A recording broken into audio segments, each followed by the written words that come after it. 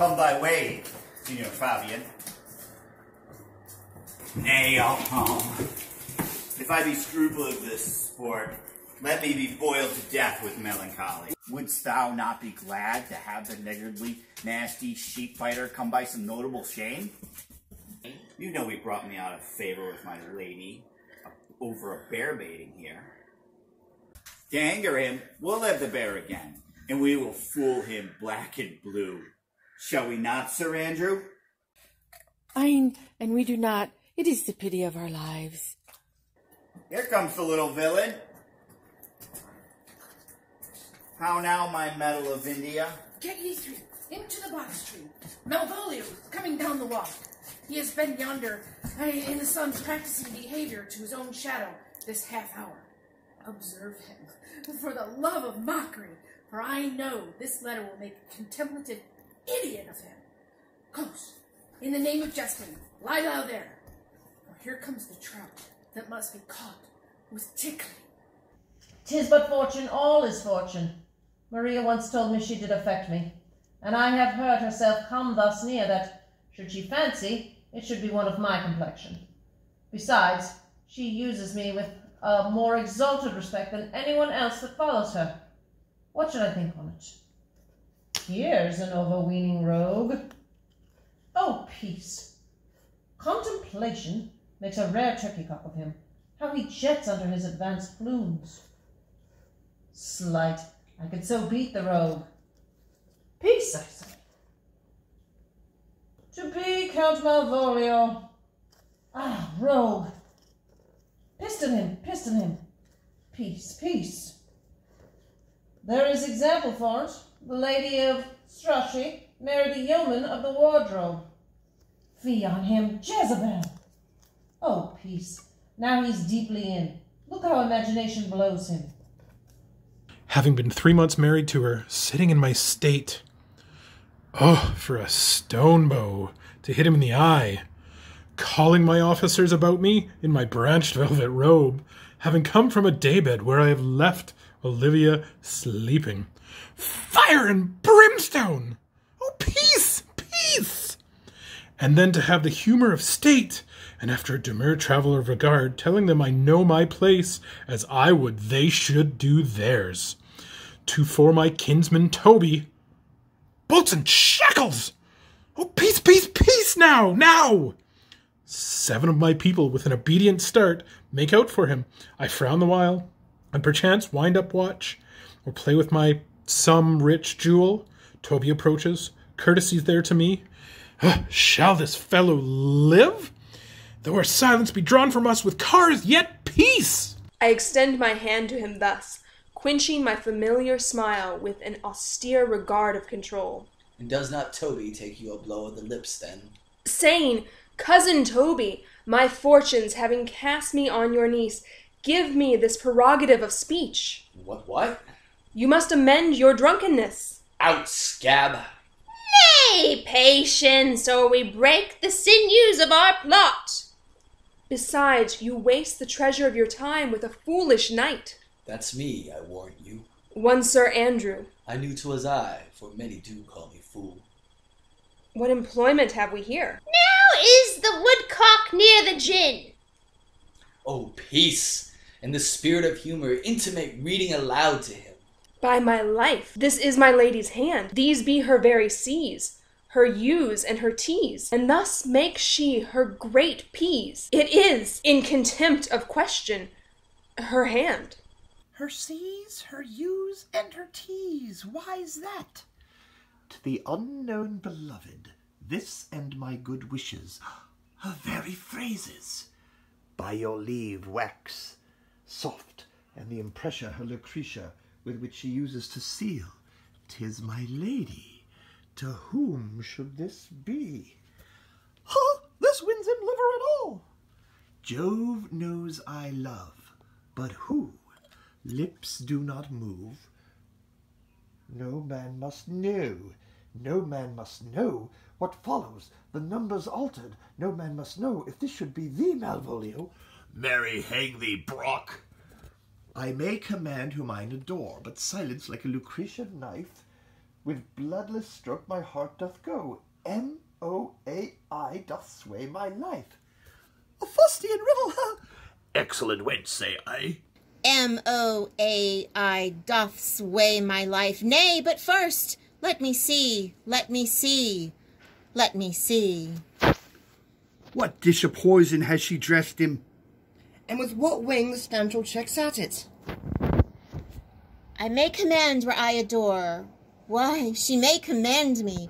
I serve her. She is my lady. Why, this is evident to any formal capacity. There is no obstruction in this, and the end? What should the alphabetical position portend? If I could make that resemble something in me softly, M-O-A-I. Oh, I. Make up that. He is now at a cold scent. Salter will cry upon't for all this, though it be as rank as a fox. Malvolio. Why, that begins my name. Did not I say he'd work it out? The cur's excellent at false. But then there is no constancy in the sequel that suffers under probation. A should follow, but O does. And O shall end, I hope. I'd cajole him and make him cry. Oh! And then I comes behind. And had you any eye behind you, you might see more detraction at your heels than fortune before you. M-A-I. This stimulation is not as the former, and yet to crush this a little, it would bow to me, for every one of these letters are in my name. Soft! Here follows prose. If this fall into thy hand, revolve.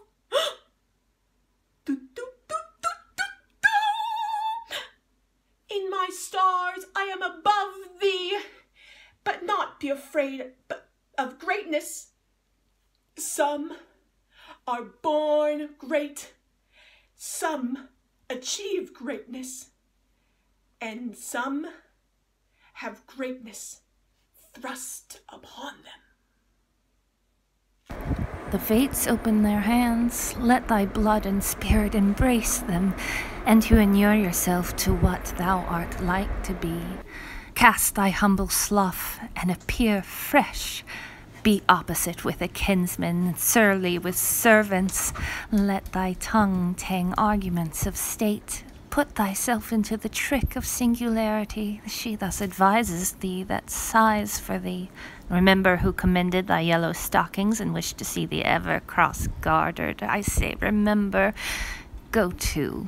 Thou art made, if thou desirest to be so. If not, let me see thee a steward still, the fellow of servants and not worthy to touch fortune's fingers. Farewell. She that would alter services with thee, the fortunate unhappy. Daylight and champagne discovers not more. This is open.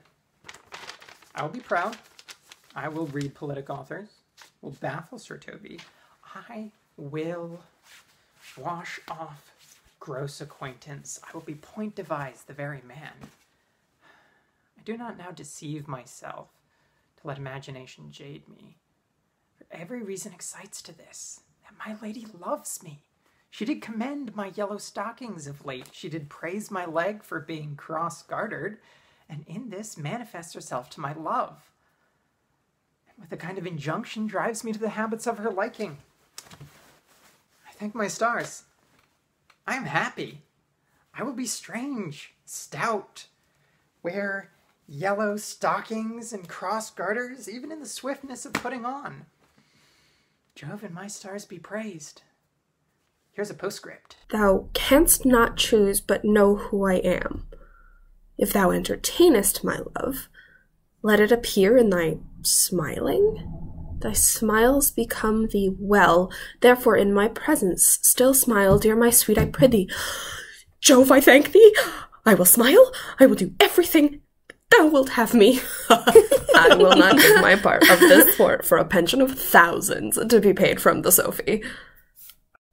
I could marry this wench for this device. So could I too. And ask no other dowry with her but such another jest. Nor I neither. Here comes my noble gull-catcher. Wilt thou set thy foot on my neck? Or am I neither? Shall I play my freedom at a tay-trip and become thy bond-slave? I'faith, or I either? Why, thou hast put him in such a dream that when the image of it leaves him, he must run mad. Nay, but say true, does it work upon him? Like aqua vitae with a midwife. If you will then see the fruits of the sport, mark his first approach before my lady. He will come to her in yellow stockings, and 'tis a colour she abhors, and cross-garters, a fashion she detests. And he will smile upon her, which will now be so unsuitable to her disposition, being addicted to a melancholy as she is, that it cannot but turn him into a notable contempt. If you will see it, follow me. To the gates of Tartar, thou most excellent devil of wit. I'll make one too.